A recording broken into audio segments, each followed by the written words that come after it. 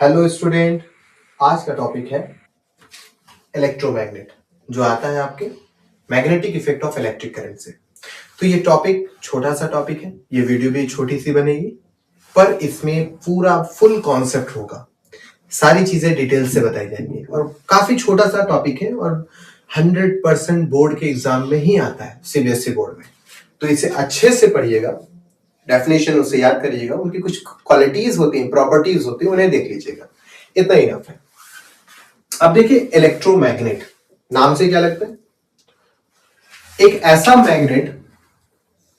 Magnet जो बना होगा मेड बाय इलेक्ट्रिसिटी। तो सिंपली हम इसकी डेफिनेशन भी इसी तरीके से बोल सकते हैं, the magnet which is made by electricity और the magnet which is work on the principle of electricity is called electromagnet. लिख लेते हैं definition. The substance or the magnet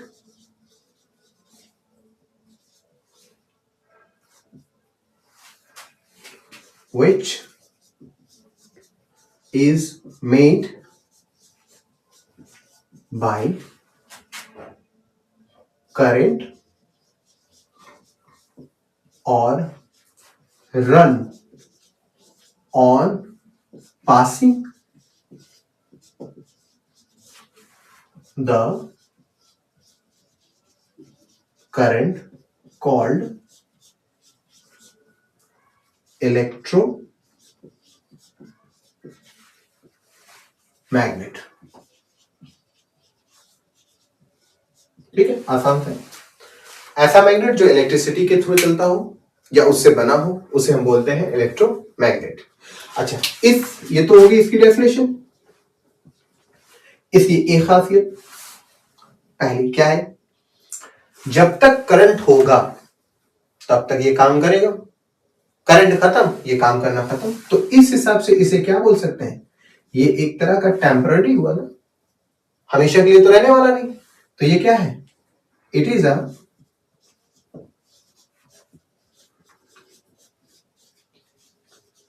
temporary magnet. अच्छा, अगर ये करंट के ऊपर डिपेंड कर रहा है तो करंट को बढ़ाया और घटाया जा सकता है। इसका मतलब है इलेक्ट्रोमैग्नेट की पावर को कम और ज्यादा किया जा सकता है। अगर मैं करंट की पावर को खूब बढ़ा दूं तो इसकी ताकत क्या हो जाएगी? और बढ़ जाएगी। यानी ये क्या होता है?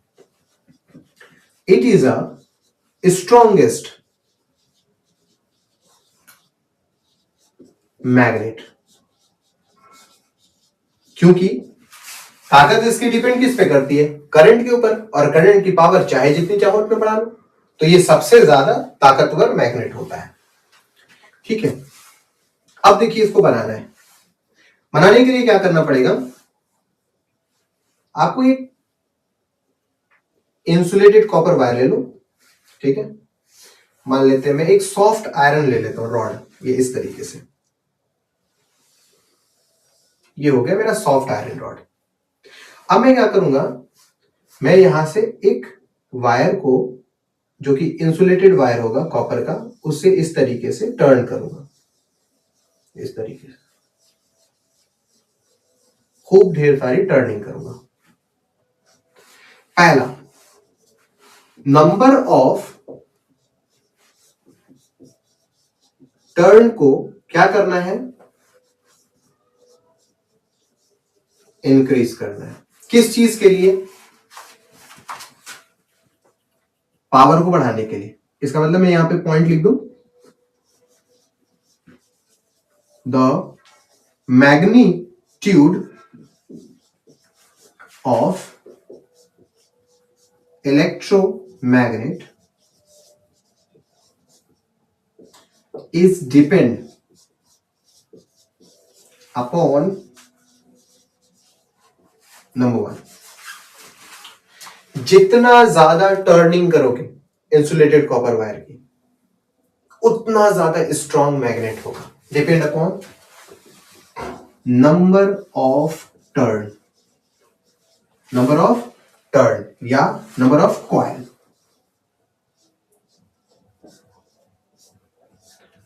पहला, जितना ज्यादा आप नंबर ऑफ टर्न करोगे वो उतना ज्यादा स्ट्रॉन्ग मैग्नेट बनाएगा।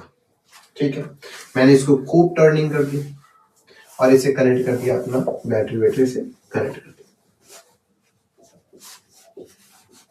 ठीक है, अब ये देखिए, ये इंडिकेट कर रहा है इस तरीके से, तो इसकी सारी ताकत कहां होगी? इस जगह पर, और ये हिस्सा इसका क्या होगा? पोल। ये भी इसका क्या होगा? पोल। यानी सारी मैग्नेट की स्ट्रेंथ इन दोनों के पोल पे होगी। अच्छा, अगर मैं पोल को फैला दूं तो ताकत एक दूसरे से बढ़ जाएगी। अगर मैं पोल को एक दूसरे के करीब ला दूं तो ताकत बहुत बढ़िया बढ़ जाएगी।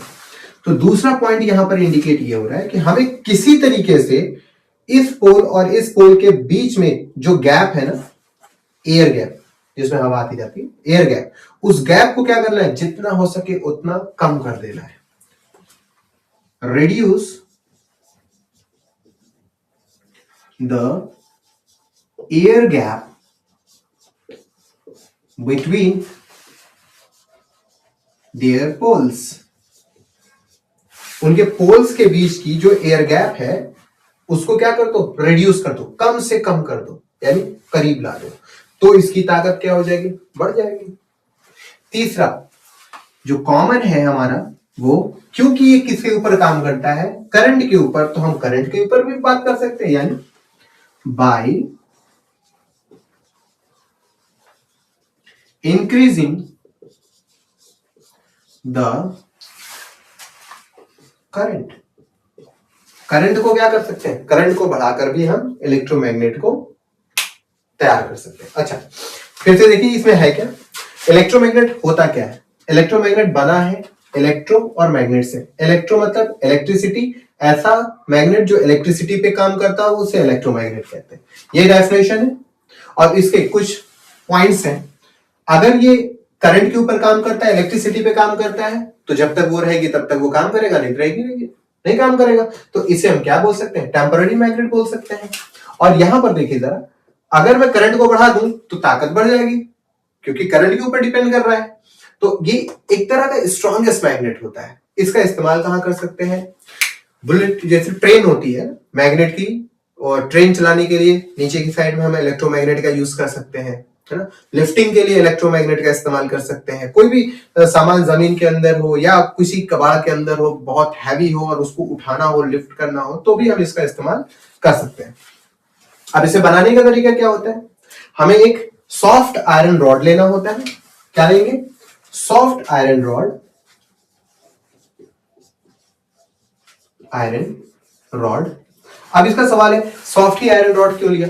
सॉफ्ट आयरन रॉड हम इसलिए लेते हैं क्योंकि इसकी क्वालिटी ये होती है ना कि अगर मैं करंट को पास करूं तो उसके जो चार्जेस होते हैं वो रॉड के अंदर जाएंगे, फिल होंगे, प्रॉपर्टी मैग्नेटिज्म की शो करेगा, लेकिन जैसे ही हम स्विच को ऑफ करेंगे सारे चार्जेस इस रॉड से निकल के वापस रिटर्न हो जाएंगे और रॉड के अंदर कोई भी चार्ज नहीं पाया जाएगा।